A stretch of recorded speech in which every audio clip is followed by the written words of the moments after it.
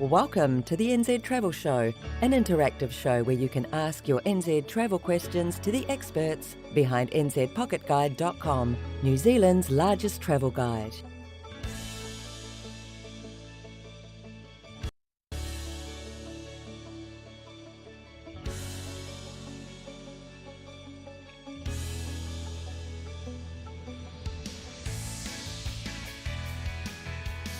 The NZ Travel Show will start in exactly 2 minutes. Just the time for you to hit the like button, ring the notification bell and subscribe if you have not done so yet. NZPocketGuide.com has over 3,000 articles covering all aspects of travelling in New Zealand, from a working holiday gap year to tips for a perfect family holiday. The site also features dozens of pre-made itineraries that you can use to plan your ideal trip in New Zealand. It's all available for free at nzpocketguide.com, so check it out. The NZ Travel Show is hosted by Robin, the Operations Manager of South Pacific Pocket Guide, the company behind nzpocketguide.com. The New Zealand Travel Show is also hosted by Laura, a journalist and editor-in-chief of South Pacific Pocket Guide and all its publications, including nzpocketguide.com. We're exactly 1 minute away from the NZ Travel Show. Get yourself comfortable and start asking your NZ travel questions in the chat. Robin and Laura will go over them when the show starts.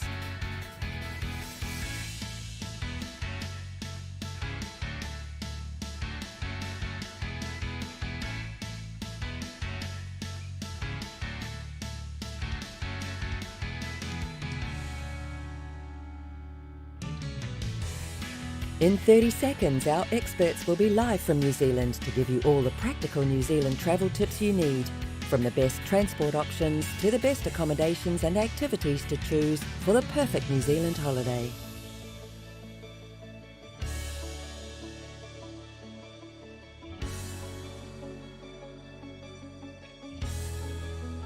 Live from New Zealand, this is the NZ Travel Show with your travel experts, Robin and Laura.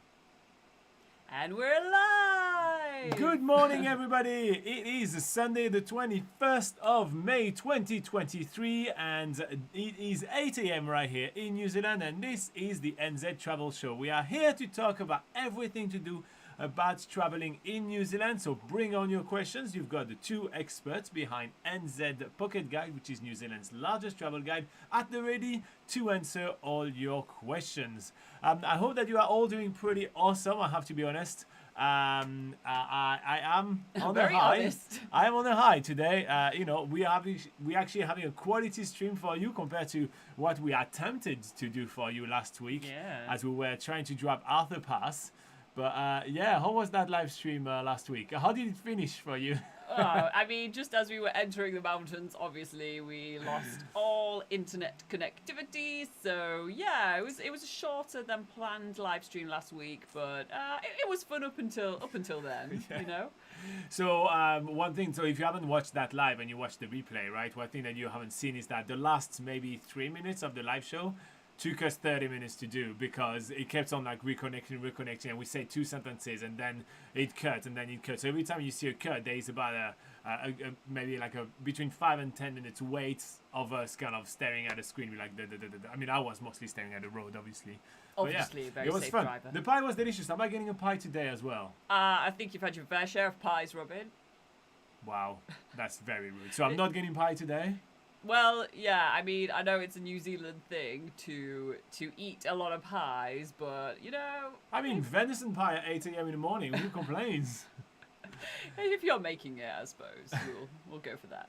All right, so who do we have in the live chat today? So we have the beautiful Naveen Joshua saying hi both and good morning. Good morning to you, Naveen. Morning. How are you doing today? Now we have Anthony Comstock, which is fighting with his autocorrect, isn't he? Yes, he's saying Marina from Rodell, California. It's not his usual saying, which is usually Morena from Rodeo, California. Yeah. But it looks like autocorrect has been really against you this morning, Anthony. But that's okay, because he made it up by having lots of beautiful emojis. Yeah. And then he corrects himself, of course. Navin says, hi both. Please let me know the moderate weather places like Auckland in New Zealand to live with family. Well, as you say, Auckland in New Zealand is a place with moderate weather indeed. Basically, anything above Auckland as well has pretty decent weather. Tauranga as well, like Bay of Plenty area. Do you want to? No, that's literally what I was saying. If you really want to go a little bit more south of Auckland, you can go for like Hamilton or Tauranga. But like if weather is your main concern when moving to New Zealand, first up, move into another country. I'm just going to be super honest with you, Navin. The weather in New Zealand is quite wild. Literally, yesterday, the Auckland Harbour Bridge was closed due to very, very high winds. They have a warning of heavy rains and winds at the moment in pretty much a big part of the North Island of New Zealand. So yeah, the weather in New Zealand is quite wild. If you are looking for something with moderate or nice weather, New Zealand is not the best place for you. New Zealand has a bit of chaotic weather. This is the price you pay for the amazing landscape and the stunning rainforest that we have. Because in rainforest, there's the word rain. That means that we get a lot of rain in New Zealand. Yeah. So yeah, moderate weather is not really what we do in the country. I'm just super frank with you. So, well said, well said. So yeah. But that's an amazing transition, Navin, so I really appreciate you. Very, very good transition to our theme of the week.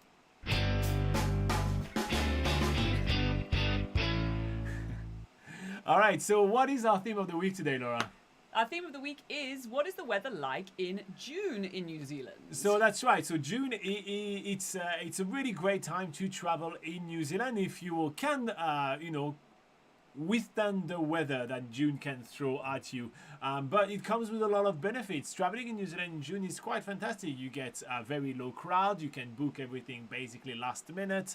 And most of the main activities in New Zealand are still open. And you'll get pretty much all the hiking track to yourself. So it's not the warmest month, it's not the driest month, but you can still have an amazing time in New Zealand as long as you're prepared. And this is what we're going to do in this video. We are going to help you prepare for what New Zealand brings to you in June weather-wise. So yeah, stay tuned and let's get started.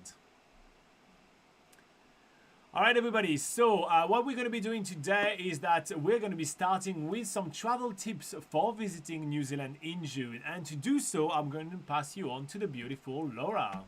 Okay, our first tip on the list is because of the weather, it's likely to be a lot of rainfall in June, also a lot of snow, especially in the high alpine areas. It's a good idea to always make sure you have a look at the road status. That's the conditions. Conditions. Look at the road conditions before you set off. So before you're going over maybe an alpine environment or basically anywhere in New Zealand, because nowadays there's getting a lot more rain. There may be landslips that close roads, for example. So always check on the New Zealand Transport Agency website before setting off on a big road trip, or before setting off anywhere on the road, basically, just to make sure that the roads are indeed open for you and safe to travel. Next up, we have, if you're coming to New Zealand in June in the hopes of doing skiing or snowboarding, then just know that June really is the time when ski fields are usually just starting to open. So there'll be clusters open, but they'll usually only be a small section of the ski field that is actually open. There'll be like 1 or 2 trails, maybe the beginners areas open. And also, the opening dates tend to not be towards the end of June. So if you were coming for a ski trip, well, maybe I would highly recommend to actually hold that off until August or September is usually the best time for skiing in New Zealand. But on the positive side, June is a really quiet month for traveling in New Zealand, so for both international and domestic visitors. So when it comes to making your bookings for transport, accommodation, activities, it's highly unlikely that they're going to be fully booked. So it means that you can plan your trip a little more, a little more last minute, be a bit more spontaneous with some of the things that you do. So that's one of the benefits of traveling in June, which is during the low season in New Zealand. Also, if you're wanting to rent a vehicle, then June is a really great time to find some of those winter deals. It's one of the cheapest times of the year to rent vehicles, whether that's cars or camper vans. So that's another positive of traveling in June.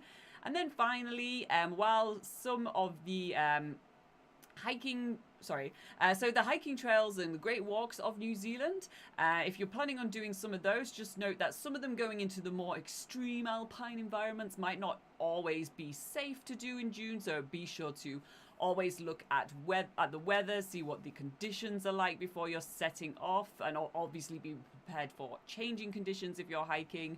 But note that there's loads of alternative walks that you can do. For instance, if you're doing, say, you wanted to do the Tongariro crossing, but there's snow on the Tongariro crossing, it's not safe to do in June, then there's really awesome alternative walks nearby, like the Tama Lakes, which is very similar to the Tongariro crossing, just doesn't go as high, so it doesn't take you into those more extreme alpine environments. So always look for alternatives.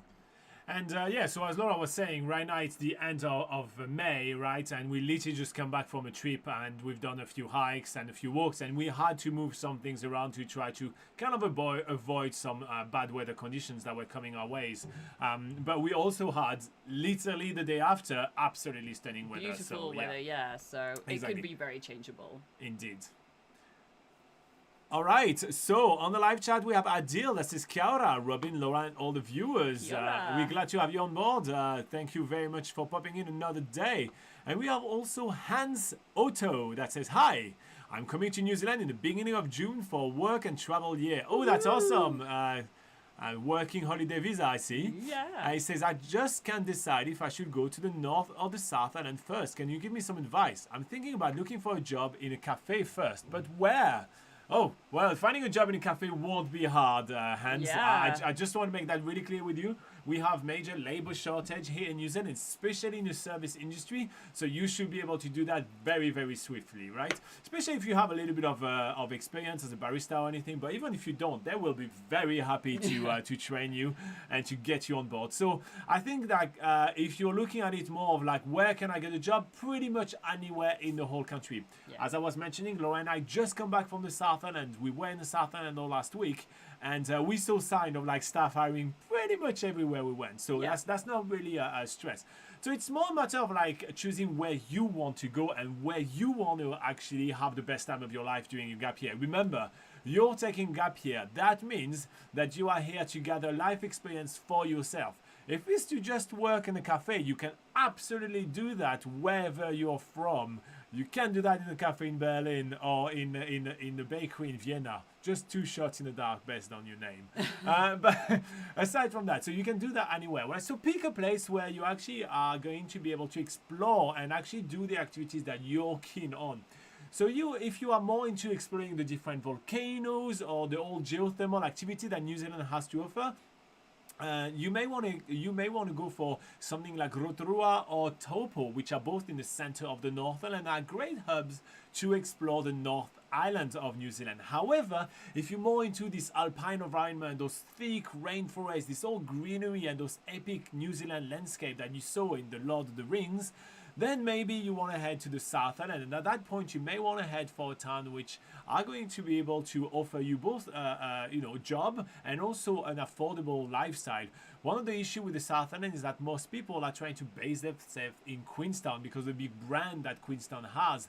However, the cost of life in Queenstown is so high that living on a working holiday while working in a cafe over there is barely affordable, and that won't allow you to save a little bit of money to be able to travel most of the rest of the country. So instead of that, I will actually offer towns like Nelson, Westport, Greymouth, Christchurch, even Franz Josef, Timaru, all those much smaller towns, absolutely stellar to base yourself there, because even if the town is extremely small, there are hundreds of amazing walks, activities to explore. Plus, because they're smaller, you are likelier to actually get more friends which are locals, and that can open the door to different stuff. If you live in Franz Josef, well, you may become friends with somebody that works in like the glacier guiding and or the glacier hot pools or this and that, and be able to kind of like get some deals for those activities and be able to experience those really expensive activities at mates rates. Same thing for Nelson. It is the gateway to the Abel Tasman National Park, and there are plenty of activity providers there. On top of that, if I have to pick one, because when people ask questions, they usually say, I want you to pick one for me. If I have to pick one, I will pick Nelson, because Nelson also offers some of the most clement weather in the country and you're coming to New Zealand in winter, and you may try to escape the harsh European winter again, just based on your name, I'm unsure. So if I were you, I would pick Nelson, which is almost on the top of the South Island of New Zealand. If you wanted to be on the South Island, and if I wanted to go for the North Island of New Zealand, I would pick Rotorua or Taupo. Those are the three choices I will be hesitating with if I were you. If that helps you narrow things down, go nuts, and ask some follow-up questions. We can help you a little bit more. But yeah. Otherwise, any follow-up questions? Go for it. Go for it. We're here to help you, Hans. And I would just like to add some water after all I'll just add on to that that it's also a really good idea to actually do a bit of traveling before deciding which town you want to base yourself in. So I would say perhaps, you know, like Robin says, if you're more into sort of those mountains, forests, that sort of thing, then say go to the South Island first, do a bit of traveling around, and then establish, like, okay, which town looks like a really cool town to stay in. As you're traveling, you can sort of decide that, because it's always, you get a better feel for a place when you're actually there compared to when you're just doing research. And then the same goes for the North Island. If you're like, oh, I really want to be close to some volcanoes or geothermal activity, or maybe you're more into city life, maybe you want to be in one of the big cities like Auckland or Tauranga or something like that, then best to travel around the North Island first to just get a feel for what the cities and different towns are like, and then establish which would suit you the best. Exactly. And if you're on a budget, avoid Auckland and Queenstown. They're by far the most expensive cities to live in. So yeah, for sure. Here you go, Hans. Well, can we do any more thorough of an answer to your question? Now, I feel like we got Hans sorted. Pat on the back. Yes, pat on the back. Pat on the back. All right, that's a really good segue for me to tell you a little bit about our Patreon group, by the way, if you guys wanted to join us in there.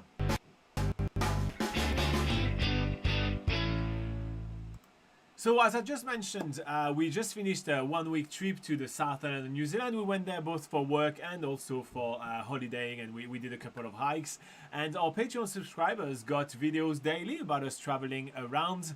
And yeah, it was a lot of fun. And yeah, there is over 30 videos that we posted on our little Facebook group, which is just for the members of our Patreon group. So if you feel like joining us there, well, you'll get access to all that and much more. We help you plan your itinerary. You have access to us all week long through the Facebook group, and many more perks. And on top of that, in the next couple of weeks, we will be doing a Google Hangout, so we can interact kind of face to face, yeah, almost ish. So yeah, so that's gonna be kind of fun, and we have some more travel plans, so you'll be able to follow us doing that. So yeah, that's fun, that's cheap, it's a great way to support what we're doing, and yeah, you get a lot of value for the money. So here you go. If you feel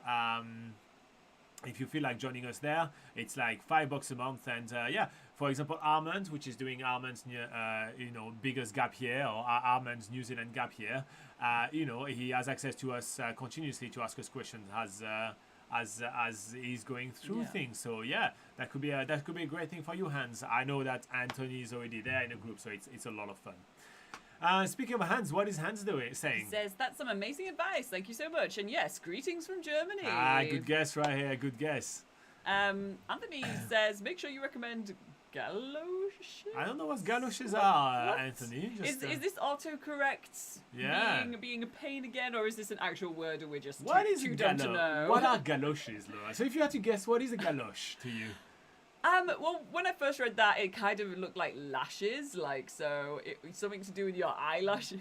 Okay, so for me, galosh sounds like something like a very naughty type of pastry. Oh, okay. You know what I mean? To me, it's like galosh is like a nice rumptious pastry. You know, something you put your face into. Something you'd find at the Italian bakery. Yes. He actually wanted to say rain shoes. So here you go. Yeah. That's not a galosh. A galosh is nothing. Rain shoes, definitely. Definitely in New Zealand. Any time of the year, bring some waterproof hiking shoes or hiking boots. Yeah. All right, so while you guys keep asking us some questions, about your upcoming trip, Hans, Adil, Naveen, Anthony, go nuts. We will continue with our coverage about New Zealand in June. So let's go over some typical temperatures in June, and Laura is going to head to the map as I'm telling you that the first week of June is also going to be the first week of the winter season in New Zealand. Therefore, the temperatures are going to majorly start dropping, so be prepared. Oh, it's actually... It's a bit low, isn't it? It's a bit low, or maybe you'll be tall today, Laura. Well, yeah, hey. There you go. Ooh, let's see how long we can get Laura to squat. So I'm going to take my sweet time in telling you the temperature in New Zealand in the month of June. So let's begin with the northern New Zealand, which include Northland, Auckland, home of the Sky Tower, and beautiful Tauranga. The average temperature in June there is 12 degrees Celsius, which is also 53 degrees Fahrenheit. Okay, so moving on to central North Island, which is Hamilton, Taupo, and Rotorua, home to all those amazing Maori shows and geothermal parks to visit. Nobody needs an introduction to this area, Robin. Move on.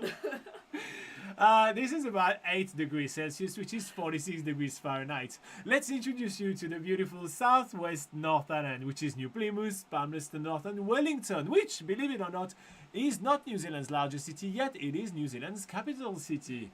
It is 9 degrees Celsius on average in the month of June, or 48 degrees Fahrenheit.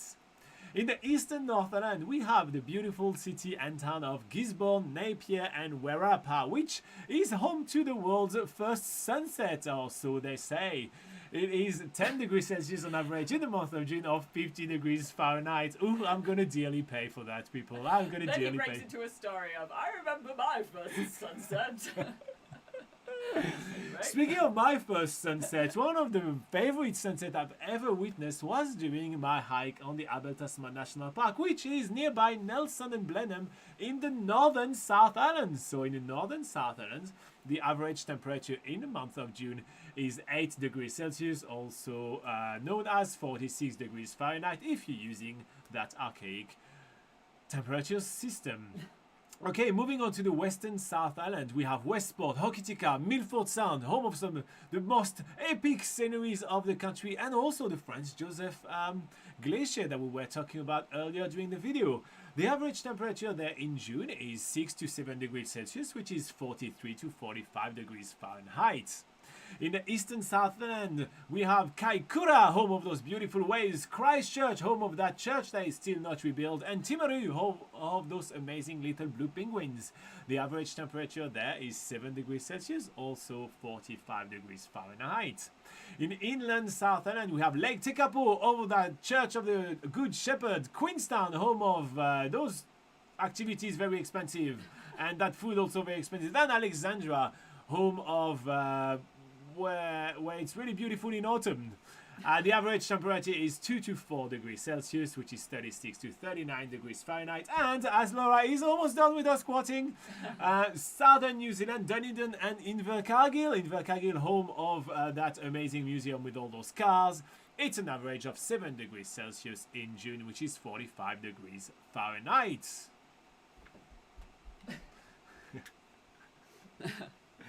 How those legs feeling, Laura? Oh, great.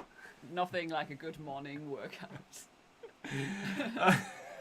Okay, so what is Otto saying? Sorry, Hans is saying, is the South Island actually going to be all snowy in winter, or can I still expect to find green mountains? Oh, that's a very good question. You'll get a mix of both. Yes, You'll get a mix of both. So in the lower kind of areas, you still have some low-level mountains, which have some really great kind of deep forest. We were literally hiking in the Nelson Lakes National Park, which is nearby where I was recommending you to stay. What about 4 days ago, 3 days ago? That's really not that long ago, yeah. So about 4 days ago, we were hiking there. And although the peaks of the mountains in the distance were actually snowy, we actually did see, where we were hiking, we were just in deep, thick forest, and it felt like, well, technically we were taking layers off because we were hot hiking, and it felt like the New Zealand rainforest that you know and love, right? And so yeah, that's the kind of thing, that the kind of contrast that you can expect, within the South Island of New Zealand. Because what you have to remember, right, is that New Zealand has a lot of coastlines, and so therefore what usually affects the most the temperature is how close you are to the sea. right? So in New Zealand, especially in the southern, we have a ridge of mountain called the Southern Alps, which are high and the furthest away from the sea if you compare to like the coastline. And so those are going to be snowy. But then we also do have some mountains which are actually really close to the sea, and those mountains are going to be kind of warmed up by the sea, and therefore you won't have snow. You will instead have rain. And so yeah, so at that point, will you have, to answer your question in short, will you have still green mountain? You still will have green mountain and green forest, and you also will have the snow, and you'll have a balance of both. But to be fair, if you're coming here for a gap year anyway, you are likely to stay in the first place you're staying at for about like 3 months, maybe 4 months, something like that, right? So at that point, you'll be already on the other end of winter, and so you're already gonna have the thawing of all the snow. You're gonna have the raging currents of some amazing waters that you can therefore go do epic whitewater rafting, which is gonna be great. And yeah, so I feel like you'll have the best of all the worlds. I'm sending it to myself. I am going to Nelson for the winter, by the way, guys. Bye bye. What's going on with Anthony? Anthony, we're talking about galoshes. So I just also quickly Googled what galoshes are as well, because I'm intrigued. Anthony says galoshes are another word for you. I think you guys call them wellies, like in the UK. Like the rubber boots, Wellingtons? Yeah, so in the UK you call them wellies or Wellington boots, whereas in New Zealand they call them gum boots. What do they call them in France, Robin? Okay, we'll come back to you. I haven't spoken French in so long. I actually cannot remember. Is there a word for those, or do French people just simply not wear those? It's not fashionable enough. Is it stilettos or not? Food. It's not stilettos, so we don't. It's not high fashion enough. Is Chanel making gumboots? No, therefore we're not wearing it. I actually do not know. Well, maybe it'll come to you. Yeah, it'll come to me. Come to me at midnight, and I wake up and I loathe you.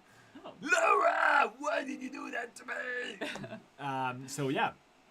Hans I do not know. Says that's great. Oh my god, thumbs up. Ooh, Hans start getting it right here, adding more emojis. He knows we like emojis right here. I love it. I love it. You know our language. Yeah, you know our language. We do like a good emojis. Robin doesn't know his own language, but you know ours.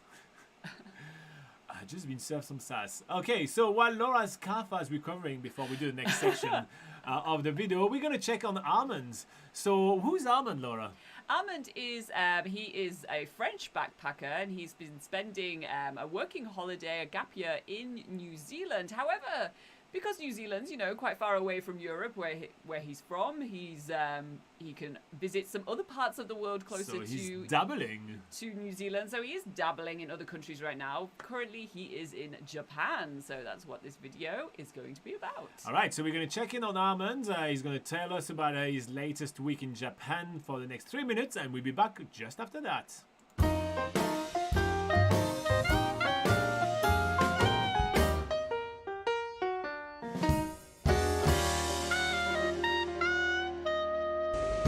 Kia ora guys, here I'm back with another video on my trip to Japan during my working holiday in New Zealand. So during my week-long stay in Tokyo, I did go to a couple of interesting places, namely the Owl Cafe in Akihabara. So it's actually not so much a cafe, as in you can't really drink anything there. It's mostly to interact with the owls, take photos with them. It was really cool. I really love these birds. Very nice experience there. Then I went to a maid cafe, which is a cafe where the food is served by maids, and the entertainment was really nice. We had singing, dancing. That was a good experience. Actually, if you walk at night or even during the day in Akihabara, you see lots of young girls distributing flyers and doing advertisements for these types of cafes. There is lots of them in Akihabara. The day after that, I went to do a day trip of sightseeing of Mount Fuji. It was really nice. I took some really good photos, good walking there, and I also made a friend. I subsequently went to the Tokyo Tower to get a nice night view of the city and take some photos. I think that's pretty much all I did in Tokyo. Then I took the Shinkansen, the bullet train, to go to Osaka to do the Universal Studios Japan, and also took the opportunity to meet my friend Yusuke, whom I had actually met in Rotorua back in, I believe it was December. And it was really nice seeing him. We had a very nice chat, and he showed me some interesting places in the city which I wouldn't have found by myself for sure. It's nice to know locals to places you visit who can show you a bit around and not exclusively rely on Google Maps. So about Universal Studios, I must say I was surprised by the fact that it wasn't as crowded, nearly as crowded as I was expecting, especially because it was Golden Week, and I had read online, I had heard that it's the worst idea ever to go to Japan in general, and even more so to go to the Universal Studios in Osaka during Golden Week. But actually, I did not have to wait longer than maybe half an hour, even on the second day when I did not have the express pass, because on the first day I had the express pass, so I had basically instant access to even the most popular attractions, such as the Harry Potter and the Forbidden Journey, which is my all-time favorite. Like, I think it's the most impressive ride I have ever been on, and that says something because, well, I've been to quite a few theme parks. And my second favorite, I'd say, was the Amazing Spider-Man 4D. But the Monster Hunter Iceborne one was really impressive too, very immersive. If you're into video games, I think it's really worth it. What else? Oh, I took some photos with my favorite characters, and I'm a huge Nintendo fan. So it was really impressive for me to feel like I was in the Mario world and next to Peach Castle, and yeah, that was really something, a huge moment. I had some interesting foods too. I like that the food is tailored to the themes. And I think that's all about the Universal Studios. And now I am in Kyoto, the former capital of Japan, wearing kimono. So I think that wraps it up for this week, folks. Until next week, bye.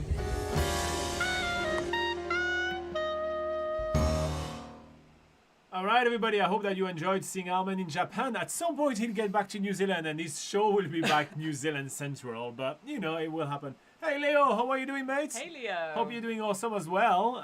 Let's catch up, that's been a long time.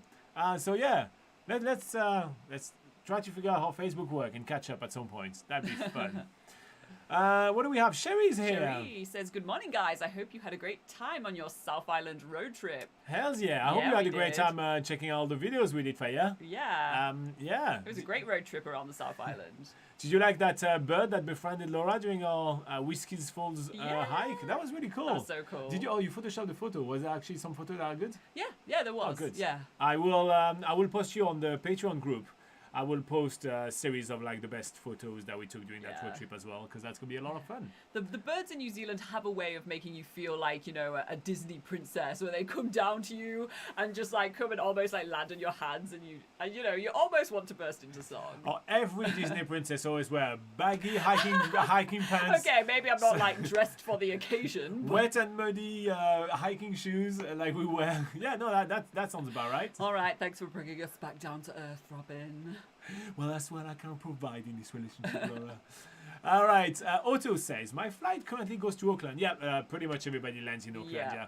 And it says, so what would be the best, most efficient, cheapest way to make my way down there? Flight or intercity maybe? Okay, so if you wanted to head to Nelson, Hans, there's a couple of options for you. Yes, you absolutely can take a flight from Auckland to Nelson. They're not necessarily that cheap, but that would be that would be cheap because it will save you on a lot of time as well. So, you know, I always see that time and experiences as a currency as well that you need to value in some way, right?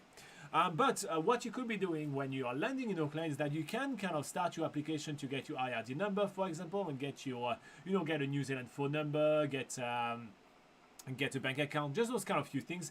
And on nzpocketguide.com, we actually do have a full article about your first week in New Zealand as a working holiday maker. So you can go through all those steps, and you spend about a week in Auckland, you do all the paperwork. Then you could hop on an intercity bus and do a couple of stops. Maybe you can head to Rotorua, then you go to like the Tongariro National Park and do a couple of walks. Then you head to Wellington. So that's kind of like a 2-3 stops. So right now we're like about like, let's say 4 or 5 days in Auckland, then about 3 days kind of traveling, 8 days you're down in Wellington. And then you take the ferry from Wellington to Picton. Maybe you spend a day in Picton, you enjoy Picton, and then you take the intercity bus to Nelson. And that just gives you about like 10 days, maybe 2 weeks to do that. And by that point, you will actually have received your IRD number, which is your tax number, in order to be able to work in New Zealand. And then that means that you are already employable when you arrive there, and you can kind of hit the ground running. Obviously, spend a little bit of time in Nelson to explore the cities and everything. But, you know, within about 2 weeks, you can get yourself all sorted, kind of enjoy your way, and do that on a budget. You know, stay in hostel, travel with Intercity. You know, we're talking with a budget of about like $100, 120, 130, 150 bucks a day at most. And you'll still be able to do quite a lot of stuff and really enjoy yourself. And yeah, then you, Nelson, you're ready to work. So that's how I will do it if I was a fresh working holiday maker just off the plane. But yeah, so there is an article on NZ Pocket Guide for you. Or again, if you want, just join us on Patreon and we'll guide you through the whole process. All right. Sherry had a comment about Almond's visit to the Maids Cafe in Japan, saying they're definitely an experience. Yeah, it does look like an experience indeed. Yeah. Then Sherry says that bird was so cute. Do they come close that often? If we referring to the robins in yeah. So New just to Zealand? give you some context, on Patreon we shared photos of our travel through the Southern End for the whole week. And one of the video that I did a video of us kind of doing a hike. And during that hike, there was a bird, which was a South Island robin. Not me. I'm from the North Island. And that bird came really, really close to us. And we're talking like coming in between us within, like closer than arm reach, right? Yeah. He literally almost landed on our shoes. And he stayed there for a very long time. So we had the time to take a lot of fun photos. Yeah. Now, Laura, does that happen often? That does happen. I just wanted to give context yes, to people. That happens really often in New Zealand, especially when you're doing walks through the forest. And what the birds are attracted to is the fact that as you're hiking, you're upturning some of the soil and the gravel, and they want to, you know, pick out all the bugs and stuff that you've upturned. Bugs. Sorry, I can't get away from my accent when it comes to that word. Can I get away from mine? I can't get away from my accent either. So yeah, especially the robins, they are really they are mostly spending a lot of their time on the ground, and they will come up really close to you, and they're really not scared. They obviously, because they have evolved away from land predators or land mammals and stuff, such as humans, so they, you know, they don't associate that with danger. They associate with that, like us, with, oh, you're providing me food as you walk away. Yeah. So yeah, they do come really close. And it's not just the robins as well. We, like, just on that hike that we showed our Patreons in the South Island, in the Nelson Lakes National Park, there's tomtits, small little, very similar looking to robins. They come and fly like just right in front of you and check you out. It does feel like they're just coming. Yeah, they come out of curiosity sometimes. And then yeah, you'll see so many birds. We saw on the same hike. We saw chewy birds, bellbirds, tomtits, South Island robins, silver-eyed. Oh yeah. And we didn't get to see a kiwi bird, but it was a kiwi zone. It was a kiwi zone. Yeah, so yeah. So I you think do. That's all the stuff we saw. That is. Yeah. So yeah, if you're hiking, especially in national parks or areas where they're doing conservation work, even like bird sanctuaries where they have predator-proof fencing around, that is when you are most likely to have lots of bird encounters, and they do come very close to you. It's very cool. Kiwi Lorraine is at a music rehearsal right now, rehearsing for the Rockies Horror Show, and they sound really good. I like self-congratulation. I love it.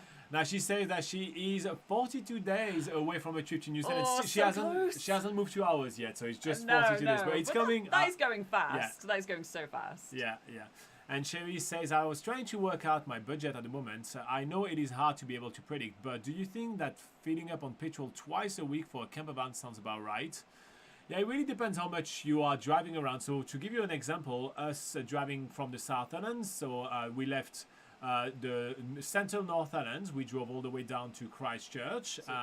Then we crossed and we did Arthur Pass, went to Greymouth. Then we went back all the way toward Picton. Then we drove all the way back to central North Island. So if you want to kind of write down on the map, and this was 2 full gas tank for our very small car. So we have a small hybrid, not a hybrid assisted. So so we have a small car, and that was 2 full gas tank. Yeah, I as an estimation of how many hours we drove, that was like 4, 8, then 12, and then I'm doing the whole thing. So that's about 16 hours of driving for the whole of that we did trip. way more than that. Do you Way more. reckon? Oh yes. Okay. Hells yeah. So 4 hours down to Yeah, Wellington. 4 4 to then 4 to 4, Picton 5. to Christchurch. So it's 4, 5. So that's 9 already. It was Yeah. 5 to Christchurch. Okay. Then 4 to Greymouth from Yeah. Christchurch. Yeah. Then 4 to Nelson. So we are Lakes, already so we're already at 17. Well, and then include it, say 4 because it was actually, and then to Picton was only an hour, so it was like 3 hours to Nelson. So we are 18, Yeah, and and then then we drive back up for extra 22. Okay, 22 hours 22. of driving 2 full gas tanks. Again, for a small vehicle. Yeah. So, Just to give you an idea. But obviously, depends on the type of vehicle and. Yeah, camper van is gonna use a lot of petrol. She says, I think the fuel is going to be my most expensive. Yeah, definitely will be, yeah. All right, so while you guys continue with your questions about traveling in New Zealand, we are going to continue talking about the weather in June. All right, let's go over the other weather pattern that you can expect in June, and know that there is going to be shorter daylight hours when traveling in New Zealand in June, with the sun usually rising only between about 7:30 in the morning to 8:30 in the morning and setting around 8 p.m. So yeah, just to give you an idea that we're having shorter hours there. Now that Laura is prepared, let's go over some rainfalls. She has to squat again. Yes. Let's do it. Okay, let's introduce you to everything around those places yet again, as those calves are not burning enough over there. All right, ladies, put your positivity in mind. Yeah. Okay, that's from a weird exercising video that we actually watched during COVID. That I forced Robin to do one time, and it was hilarious. We were having fun. That was a great lady exercising in front of my TV. We That was pushed fun. the negativity away. That's what it day. was. Push negativity away. I like it. I like that. All right, lady, push the negativity away as I'm talking about northern New Zealand. All right, northern New Zealand, Northland, Auckland, and Tauranga. The average rainfall that you will experience in June will be about 150 millimeters, which is 6 inches. In central Northland, which is Hamilton, Taupo, and Rotorua, we have 80 millimeters, which is an average of 3 inches. In the southwest Northland, which is New Plymouth, Palmerston North, and Wellington, the average rainfall in the month of June in New Zealand is 140 millimeters, which is 5.5 inches. And in eastern North Island, to wrap up the North Island, we have Gisborne, Napier, and Wawarapa, and the average rainfall in June is 100 millimeters, which is about 4 inches. All right, let's move on to the South Island. So in the northern South Island, we have Blenheim and Nelson, and the average rainfall there is about 60 millimeters in June, which is an average of 2 inches. This will be the lowest rainfall in the month of June. In the western South Island, we have Westport, Hokitika, and Milford Sound, and the west coast of the South Island of New Zealand is always a lot of rain. So we're having between 240 to 450 millimeters of rain, which is between 9 and 18 inches of rain in the month of June. Eastern South Island, we have in Kaikoura, Christchurch, and Timaru, we have an average of 70 millimeters of rain, which is 2.7 inches. Inland South Island, we have in Lake Tekapo, Queenstown, and Alexandra, we have an average of 30 to 60 millimeters of rain, which is between 1 and 2.4 inches. And finally, in southern New Zealand, we have Dunedin and Invercargill, and the average rainfall in the month of June is 80 millimeters, which is 3 inches. No, here we go. Okay. We're back, people, and Laura's calf better. I went faster this time. That was nice. Thanks for that. I was kind of nice. All right, so Cherie says, I'm thinking of budgeting around $2,000 for petrol for the month since camper vans are so heavy. I've heard petrol is very expensive right now. If I have spare money from that, I'll be spending. It'd be more spending money for me. Yeah, I like that. I mean, camper van are obviously gas guzzlers. We do know that, but on the other hand, the thing about trying to budget for petrol is that just go high. You're correct. Budget a lot of money, and then be well surprised. But you never know what happens, right? Another war here, another war there, another this, another that, and the price of petrol are easily surging. Yeah. So you never really know. And also there can be some really big difference between the Northern and the South Island, right? When we left the South Island, we actually had some places where the petrol was like 2.14 per liter, and then we were right back at the Northern, and then it was 2.55, and I was grumpy about it. So yeah, so it can vary a lot as well depending on location. So yeah, make sure you do a bit of research on that. Website like Gas Spy can be quite handy. Hans says, jumping topic a bit there, but you guys are so helpful. You're very welcome, Hans. Do you know if there is a washing detergent available in most hostels, or if I need to bring my own? Pretty much in most hostels, you'll be able to buy it. They usually will sell you for like $1 or $2 a scoop. But funnily enough, Laura, do you want to pick it up? It's on the floor. Today, during the Patreon show, so for our Patreon exclusively after this live show, we do another hour, and today I'm going to be talking about laundry sheets, which is basically some sheets that you can travel with, and you can just break them down and use them around. It's amazing because you can also just break some small pieces, put them in in the sink if you have something really really dirty and everything. It is super handy, and I'm talking about that today with our Patreon. So yeah, so you can find that on like Amazon and the like quite easily. So yeah, here you go. So yeah, just to add more to the answer as well, like Robin says, because like when you do go to hostels and when detergent is available, which is available in most hostels, not all hostels but most hostels, you still have to pay, like you have to overpay for one scoop really. So so it's more expensive obviously to buy the scoop at the hostel, right? Yeah. If you were to buy a full pack, let's say you travel with your own car, buy a full kind of not canister but like box of laundry detergent, that'll cost you like $5, and you'll be able to do 30 wash with it. While otherwise, if you buy it at the hostel, it's going to be $1 or $2 every time for it. So I would recommend getting, like Robin says, one of those travel laundry sheets that's really like. And it's very light as well. Very light to carry and works really well. Like we just use it for our normal washing at home, not just for traveling. So that's what we would recommend to do.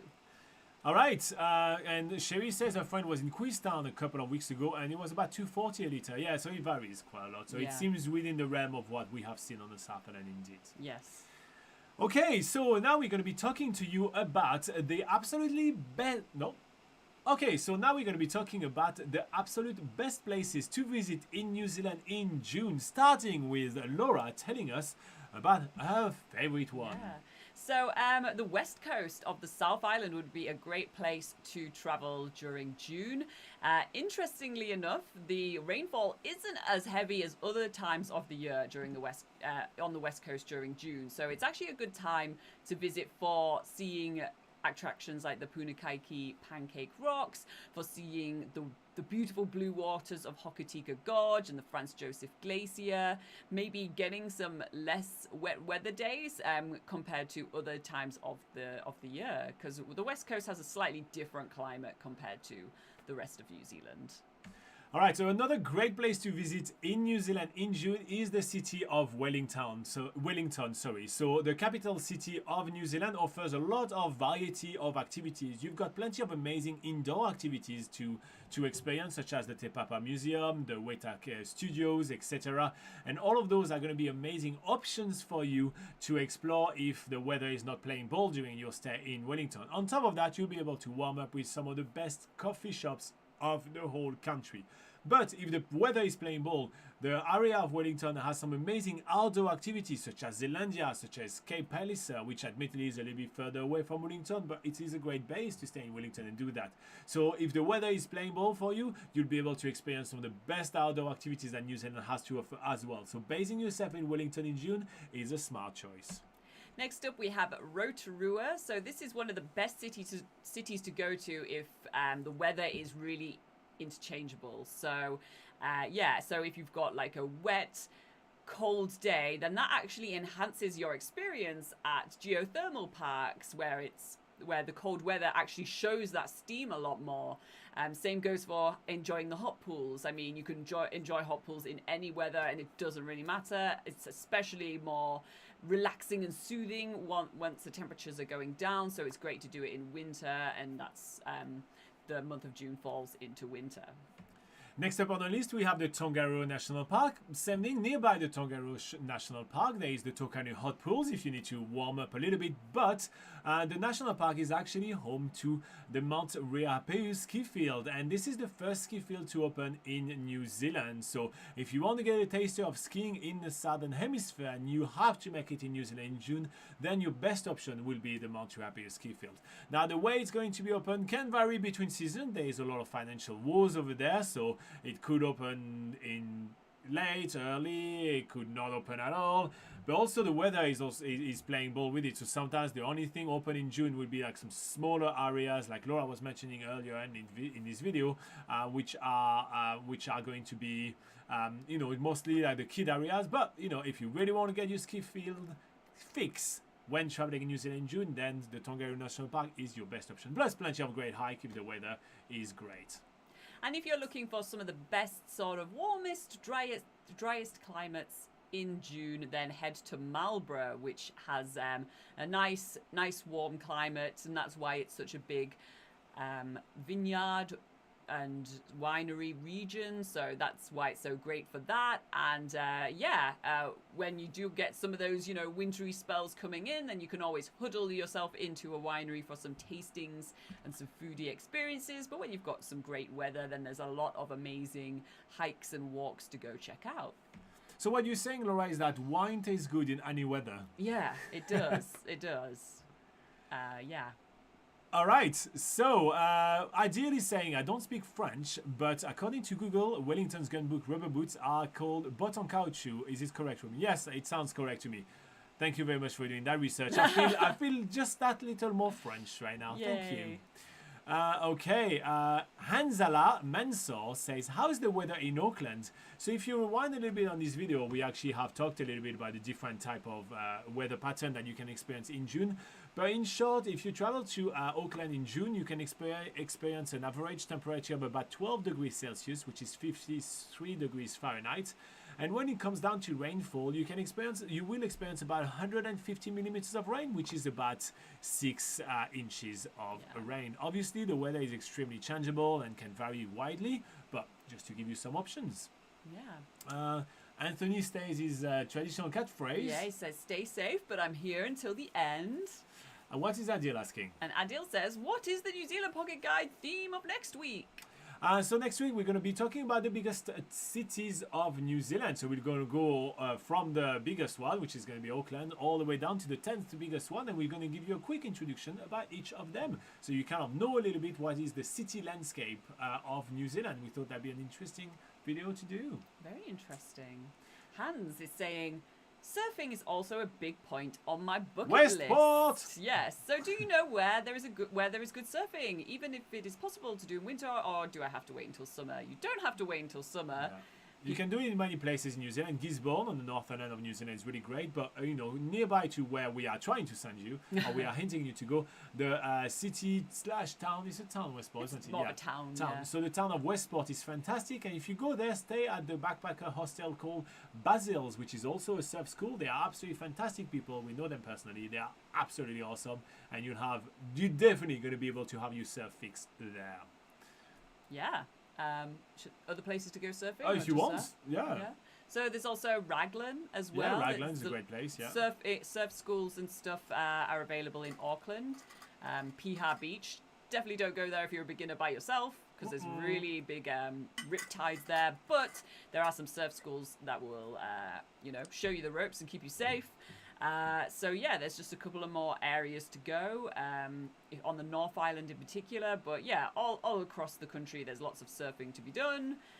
But yeah, Westport would be a great option for the south, going sort of towards the north of the South Island.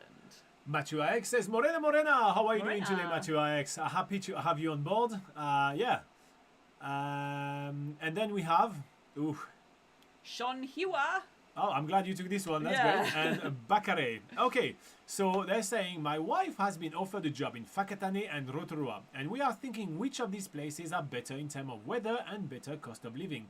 Well, it's pretty simple. Both of those places are actually very close to each other. They're really Yeah. not too far. We're talking about less than an hour drive. So the temperature and the weather is going to be very similar. If you want the best weather, going close to the sea is always the best option because this is when you're going to have the better temperature. So therefore, the weather is going to be better in Whakatane, but really by just a little bit, not by much.